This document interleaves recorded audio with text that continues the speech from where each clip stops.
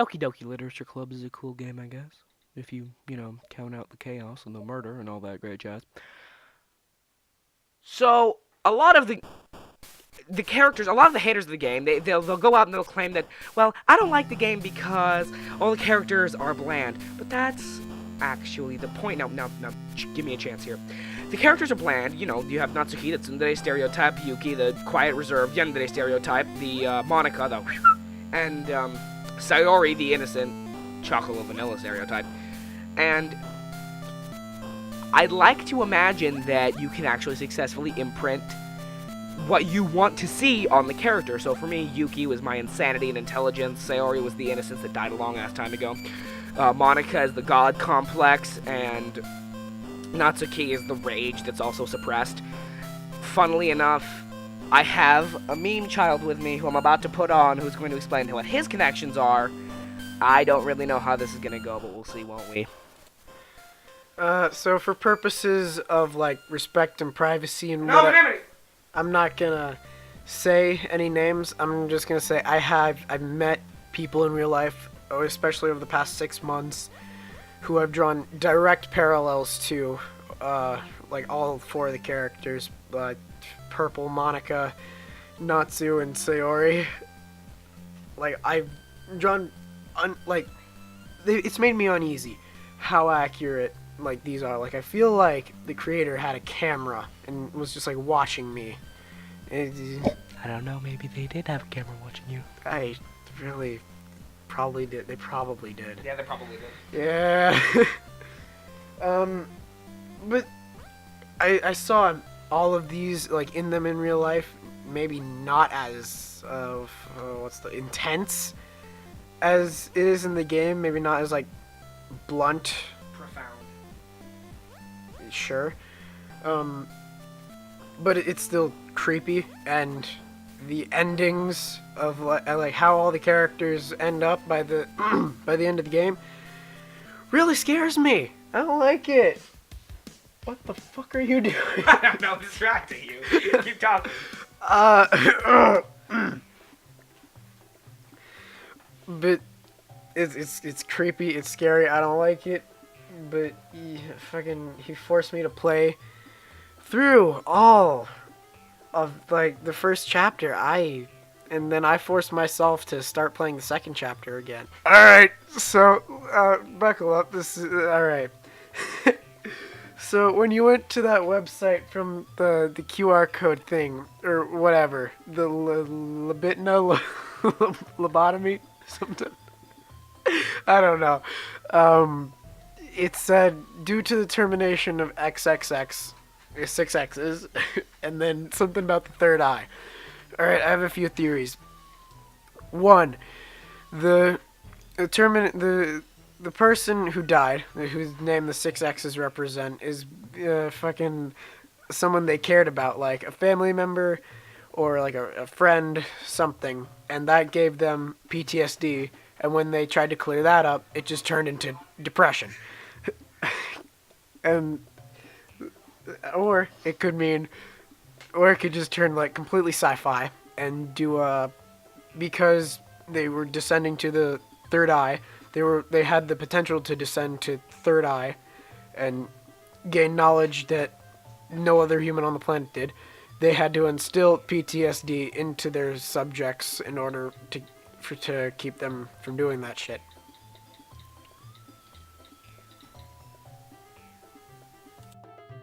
So what I believe my extremely high friend was intending to get across to you is that his theory is not exactly matching mine. Mine states that the characters are intertwined by the institution they're involved in. His concept is that the unknown character isn't Monica at all, actually. It's some third party we were unaware of, like a brutal murder that occurred in front of the child, Libidna, to cause PTSD, because PTSD does cause quite an interesting set of psychological side effects, including being hyper-aware of everything. You could call that the third eye in theory. You could also call the fact that Monica exists in the first place, and that Siri is connected to Monica, another example of the third eye connection. That's my best summary of what he was on about. I really don't know.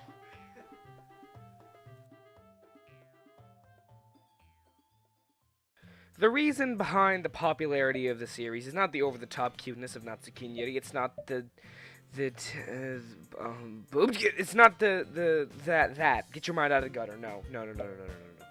I'm talking about the wonderful, exquisite character design and line work and art. No, it's actually not that either.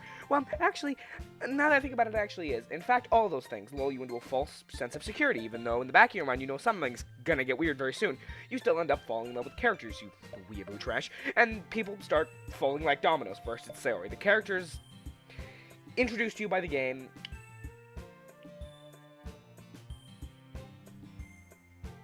she's infatuated with you, and you've known each other since you were little. You find her adorable as the player. Flustered personality, you find adorable. You start liking her. You decide to work with her in the game, for instance. No matter your final decision, you end up losing her. Then you are dropped headfirst into a universe without her. Her still haunting you, essentially. Yuri ends up snapping and kills herself. The only other character you liked equally, probably, if you're me. Natsuki's disguised as the tsundere, but she's really soft, and if you've actually worked with the character, you'd know that. She's just disgusted so much at the sight of Yuri being dead that she vomits at you, at the idea of you, because she immediately blames you because she thinks you did it. And you don't know who to blame. Is it you? Is it a choice you made in the game? And then there's just Monica. Then, as almost realizing this herself, she attempts to restore the people you care about to you. It's not a story of evil or domination or Skeletor. It was intended to be a story about the stories of three girls separately. One story branching into three directions. It's each a little bit messed up, but each one you could fix. Now, I'm not actually saying this is something you should do in real life. Keep in mind that if you're trying to reassemble someone, you might break yourself on the broken pieces of them, which it's happened to people that I've known, which is why I advise don't try it. Leave that to psychologists. But you could each have one of the three of them fall in love with Protag-kun, and that's fascinating. Monica was a character that was intended to be out of your reach. You know, like, pretty much every visual novel has a character that everyone waifus, but is out of the actual protagonist's reach. That is Monica. And Monica got jealous of the fact that she was put in that position. It's a story about jealousy and reviving your own mistakes. And isn't that a story that's worth being told? And with that, I leave you, because I am idealist. Thank you for putting up with my crap. Keep in mind, part 2 is a joke. Parts 1 and 3 should be watched in succession. I will release a supercut of all of them together shortly, but it's a pretty good game, and it's a game about restoring your mistakes. A moral that more people need to learn about. People make mistakes, and then they immediately assume that there's nothing that can be done about them, but that's not always true. And that is part of the moral message behind this creepypasta. I know I'm probably stretching it and overthinking it, but hey, who cares, right? If I set you free.